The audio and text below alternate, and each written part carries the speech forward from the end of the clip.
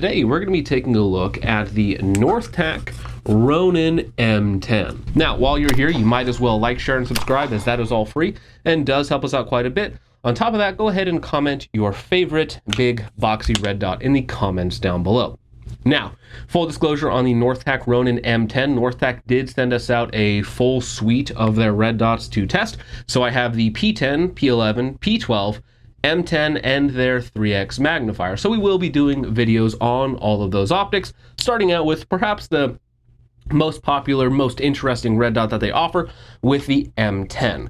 Now, just a quick rundown on their red dots in general. You have the P series, which is auto on, auto off in a micro red dot footprint. So you have kind of a T1 platform, if you will. The P10 is an integrated low mount. The P11 is an integrated high mount. And then your P12 is kind of like your standard red dot where it just has a T1, T2 mount base. So you can swap that mount out for whatever you want. If you want an integrated low mount for a low, like an AK or something like that, go with the P10. P11 integrated high mount. If you're into just one piece integrated mounts, one and done solutions, that one there works fine. And then the P12 is, again, more modular, more like your standard Sig Romeo 5, Vortex, Hollow Sun, so on and so forth. The M10, however, is, of course, as you can see, kind of the bigger, boxier style, very similar to like a Hollow Sun 512C and EOTech, Vortex AMG, those bigger red dots.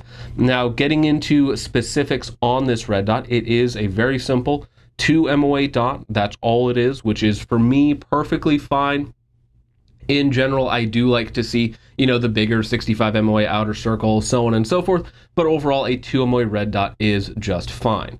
Now, I couldn't find the exact battery life on this optic, but very nicely, Northtac has auto on, auto off on all of their red dots. So even if that battery life isn't necessarily the industry standard 50,000 hours or somewhere therein, you're still getting auto on, auto off performance, and to date, haven't had any issues with any of the red dots losing battery charge or whatnot, though I haven't had them for all that long.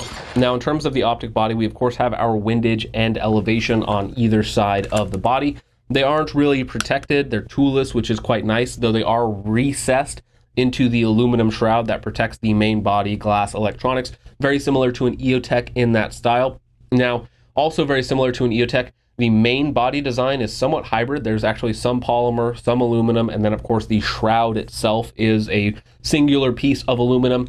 It does make a little bit of contact with the main body, though there is a slight gap up top. So if it were to encounter a harsh impact, that shroud would, in theory, protect the glass and electronics from absorbing most of that impact, as it should transfer into the base aluminum part of the mount where it is bolted to the main body. Now, in terms of controls, they're very simple. On the back of the optic, you have a minus button and a plus button for increasing or decreasing your brightness. I believe you have 12 settings in total. I believe it does have some night vision settings, so I'm not sure how well the light transmission and glass quality will hold up in very, very dark environments. Of course, for white light or daytime shooting, the glass is perfectly fine, though we'll get into that in just a minute. The last thing that we really need to talk about when it comes to optic design in general is, of course, going to be the mount itself. So very nicely, they include all the tools that you need in the little case that they come in. The mount is actually fairly decent. So you have a fairly substantially sized cross bolt. You could probably get 50, 60 inch-pounds of torque on the cross bolt itself. You also have an integrated recoil lug and a locking block on the other side.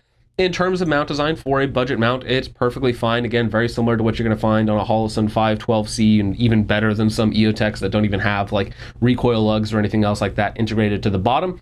The one downside is that you might also be able to tell is that the 2032 battery tray is on the bottom of the optic. So when the battery dies, again, I'm not sure how long the battery life actually is. With auto on, auto off, it should be at least 6 months to a year, depending on how much you use it. But that being said, if you need to swap out the battery, you have to take the optic off, put in a new battery, re-zero the optic, which personally is a downside. If there was some sort of way to get a side-loading battery tray, that would of course be preferable. It might be a little bit more difficult to engineer with the shroud, but it would again be preferable. Now, other than the suboptimal battery placement, everything else on the optic seems just fine. The design is simple and streamlined, yet it seems to be fairly robust. Now, again, I haven't had that much time or ammunition on it.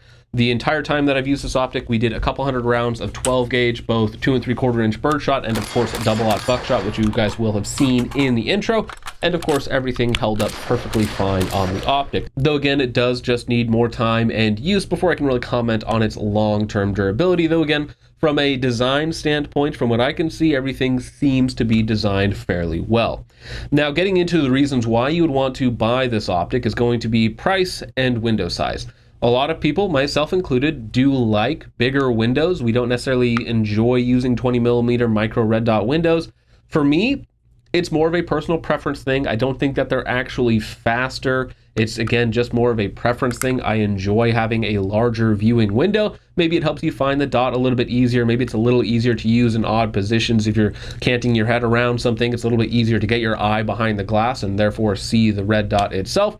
Again, it's more of a personal preference thing. Now, the actual window size is 38mm, which is, of course, much larger than your standard 20mm red dot.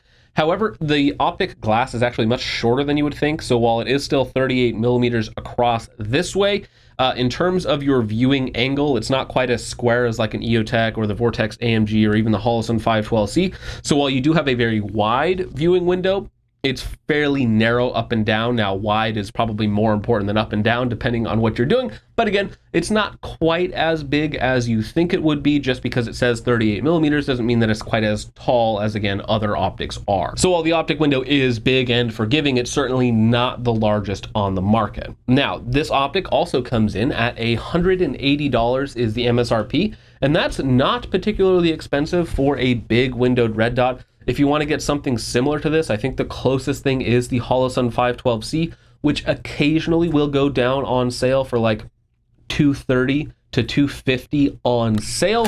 But again, usually they're around the $300 price tag. That's really the only optic that's somewhat close to this in terms of price. Now, again, it's still somewhere between $50 and $120 more expensive, depending on where you get it. Though again, it does have more expensive features that somewhat justify the price.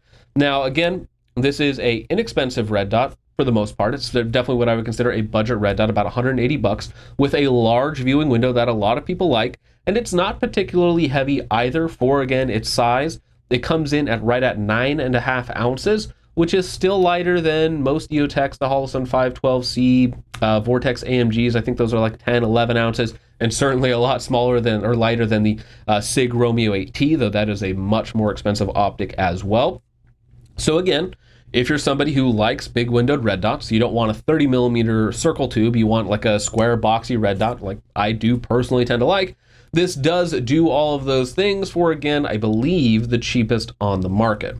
Now, it's not a perfect optic, and it definitely is a budget optic and has some of those budget downsides.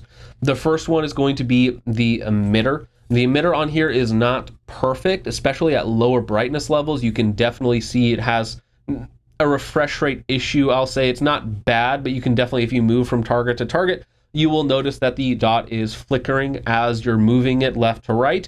Now that's at lower brightness settings. When you're at the maximum or close to the maximum brightness level, it's actually a very solid, very consistent, very laser-like pattern, which is good. However, if you're using it in not direct sunlight and you have it on a lower brightness level, you will notice that it does have a bit of a refresh rate issue. Some people that's a very big deal too. Some people it's not that big of a deal. Personally, I'm a bit mixed on it, but since I was using it mostly in direct sunlight, really didn't have a problem. Now, in terms of brightness, with again the 12 brightness settings, it gets far more than daylight bright. It will starburst even in direct sunlight, which is good. It's good to have more headroom in terms of brightness for whiteout conditions or what have you. So usually I was running it on 1 or 2 steps below maximum brightness. And even at those higher brightness levels, the refresh rate wasn't really an issue. It wasn't necessarily perfect, but it's basically 1 step below what you would like to see. So again, the emitter is perhaps a slightly lower quality than what you'll find on some other more expensive red dots, though again, you are making sacrifices to get to that $180 price point that the Northtac M10 does. Now, while the emitter refresh rate might be somewhat suboptimal, especially on, again, lower brightness settings, the dot itself is actually very decent for just a 2 MOA dot. Again, not quite perfect, but very good, especially for a budget red dot. Certainly compares with other optics in this price category and is actually better than some of those as well. Again, very simple 2 MOA dot. It does work. When we get into the glass quality, it does have a fairly noticeable blue notch filter. It's not bad or distracting, and again, certainly not the worst I've seen on cheap red dots. In fact, a lot of Holosun optics have a worse blue notch filter than this does. However, it does have it. The distortion, the glass quality itself is all very good. Minimal distortion, edge-to-edge clarity looks fine, all of that sort of stuff. The other very minor downside is it does have a slight magnification to it, somewhere between 1 and 1.05, maybe 1.1 magnification. And you'll notice it when sweeping from target to target that there is a very slight magnification effect. Not as bad as, again, other optics on the market, but it is still noticeable. So at the end of the day, is this a perfect optic? Well, no, of course not. It doesn't necessarily have all of the features that you want. However, for a budget red dot, it does do all of the features that you could ask for the price. If you're looking for a big, cheap red dot, this one does. It's very big and it's fairly inexpensive. And it also has auto on, auto off, which is very important for a red dot for maintaining battery life over long periods of time. Again, I don't know exactly how long the battery life is rated for, but again, with that auto on, auto off technology, which has worked flawlessly up to this point, it should, in theory, extend that out to hopefully 6 months to a year at least. And if you're somebody who changes out your batteries on a regular basis, hopefully it's never an issue. So really, guys, at the end of the day, if you're into big red dots and you're on a bit of a budget, I think this optic can make sense if you're willing to sacrifice some of the features and niceties you can get from other more expensive red dots. Again, personally, this worked really well on this, BF12 Century. This is a Century Dynamics BF12 12-gauge shotgun. Very pleasurable to use. I wouldn't necessarily mind it even on like a home defense gun with auto on, auto off technology. So again, in certain applications, it can make sense, but that is of course going to be up to you guys. So with all of that out of the way, guys, let me know what you guys think of the Northtac Ronin M10. If there's any sort of other big budget optics that I should be checking out. And with all of that out of the way, guys, thank you so much for watching. I hope you all enjoyed. I will see you in the next one. Peace off.